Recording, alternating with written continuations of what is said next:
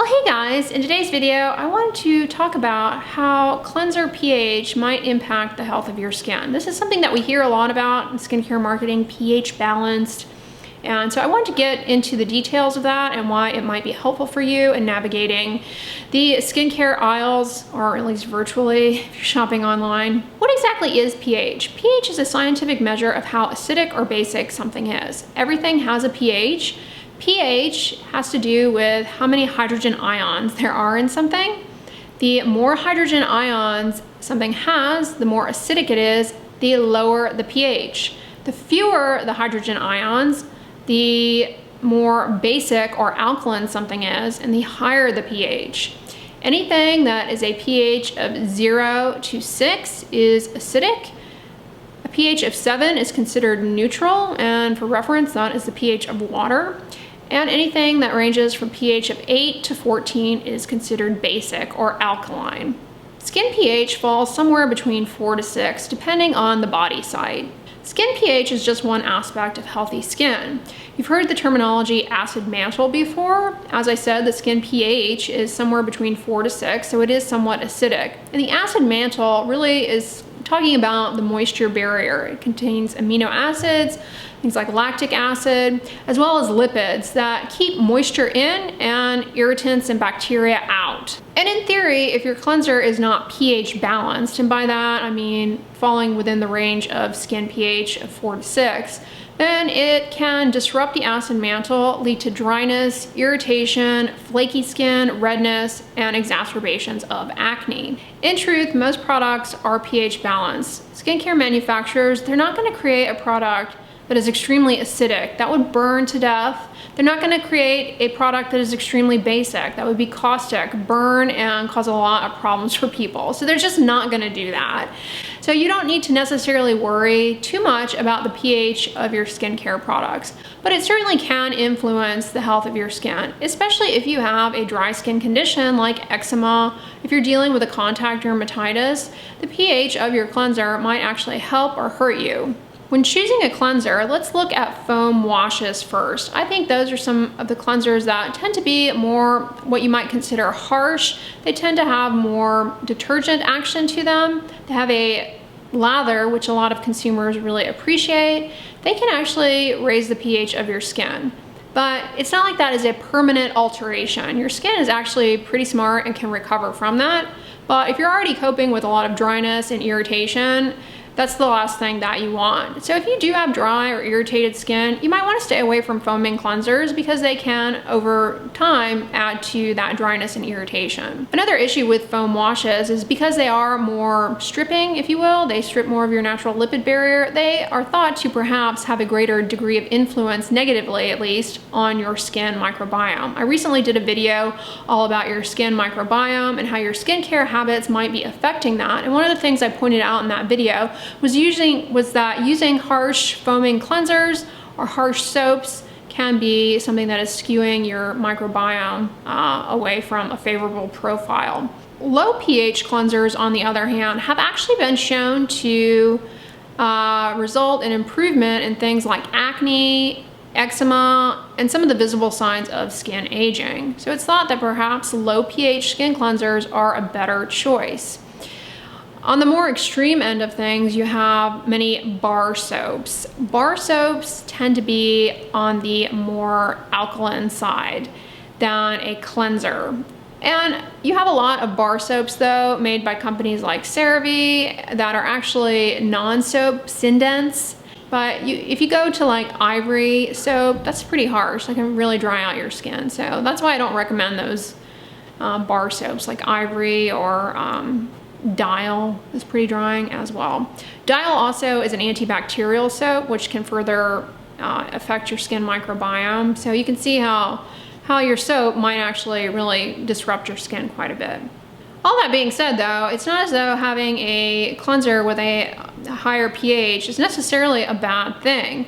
As I said earlier, you know, after cleansing, your skin barrier is going to get disrupted no matter what you do, no matter what cleanser you're using. Perhaps to a greater extent using a foaming soap or one with a higher pH than with a lower pH, but your skin is pretty good at recovering from that. People who have oily skin are really able to tolerate foaming cleansers pretty well, and they actually can do okay with harsher cleansers, more detergent action, and they actually like that. As a matter of fact, their skin can kind of recover from that by replenishing the oils within about 20 minutes. So people with oily skin, they're the type of people who naturally gravitate towards foaming cleansers and to washing their face twice a day. But people with drier skin, that's too much. And it's not like you are born a certain way and you stay that way the rest of your life in terms of what your skin needs. Your skin may change. It can change with age. As we get wiser, our skin makes less oil, fewer lipids, and we're more prone to dryness and irritation. And it can also change hormonally. So for women, around pregnancy, they may find that their skin is drier, but during certain times of the menstrual cycle, they may find that their skin is oilier. And it's also going to depend on your environment. Here in Houston, perhaps you can tolerate foaming cleansers because it's so humid. Move to Colorado and you may have to back down to a more gentle cleanser that's non-foaming in order to not dry out your skin to bits, because the ambient humidity there is so much lower than it is here. At the end of the day, nobody is a bad person for using a foaming cleanser. Some people really need it and benefit from it, but other people need a low pH cleanser because their skin is just more prone to dryness and irritation. But we do all need a facial cleanser in our life. I am a big advocate of washing your face at least once a day in the evening time to remove cosmetics and environmental allergens and pollutants. Pollution that we're exposed to in our environment, especially if you live in an urban area, it contributes to many of the signs of photoaging we have now learned. And so trying your best to remove that with a cleanser of your choosing that's best for your skin type is really a helpful piece. So I do believe that cleanser is an important part of taking care of your skin and skin hygiene.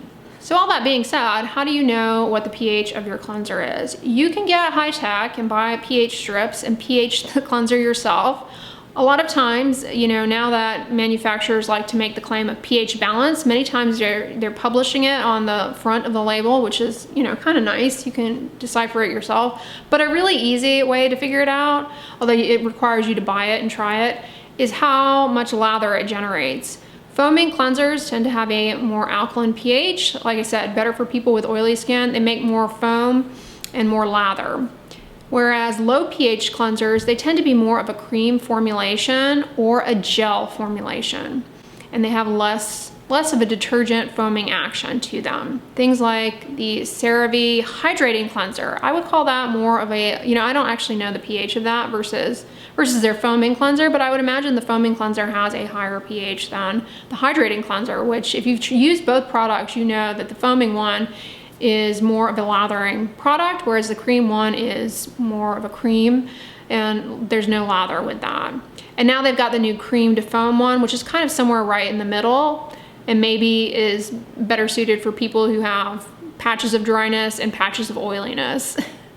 Another type of cleanser though that tends to be at low pH is a gel cleanser, and an oil cleanser is low pH. Personally, for me, I am a big fan of doing a double cleanse. I know that sounds like, whoa, you're gonna wash your face twice, but a double cleanse involves using an oil cleanser first, which is basically an oil plus some emulsifier. And the oil kind of helps in breaking up the film on the surface of your face, and then with adding water, it creates a little emulsion that will then rinse off easily with water. And you can follow that up with a low pH cleanser that will remove any slight residue left behind. I really like that approach. I find it works best for me. I find that if I just use a low pH cleanser, like a cream cleanser, it doesn't take off cosmetics particularly well. And I find that the oil-based cleanser, using that first, really helps break everything up, and then it comes off much more easily with water.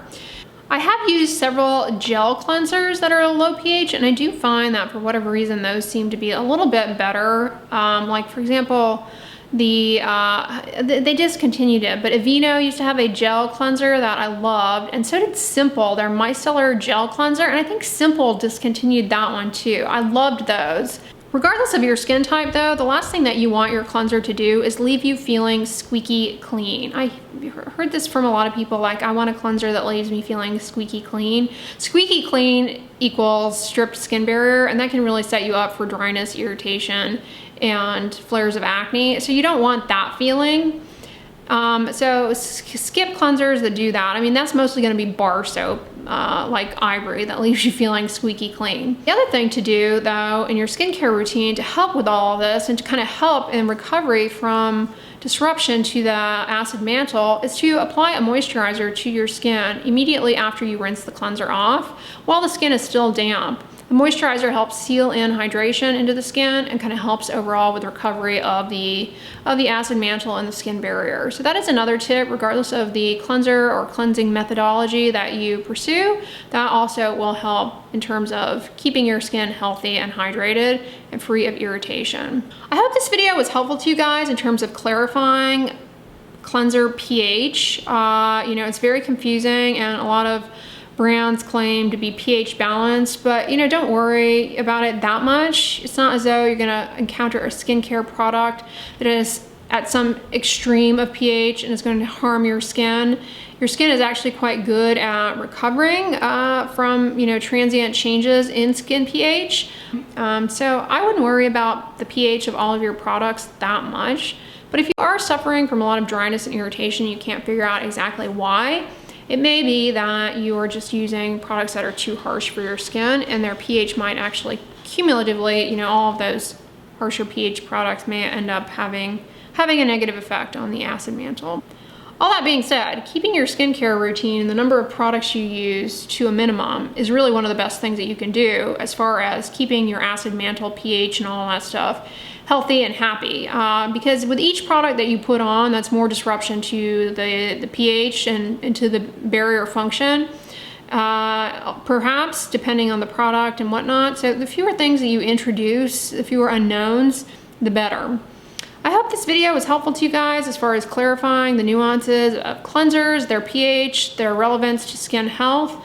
And if you like this video, give it a thumbs up, share it with your friends, and as always, don't forget, sunscreen and subscribe. I'll talk to you guys tomorrow. Bye.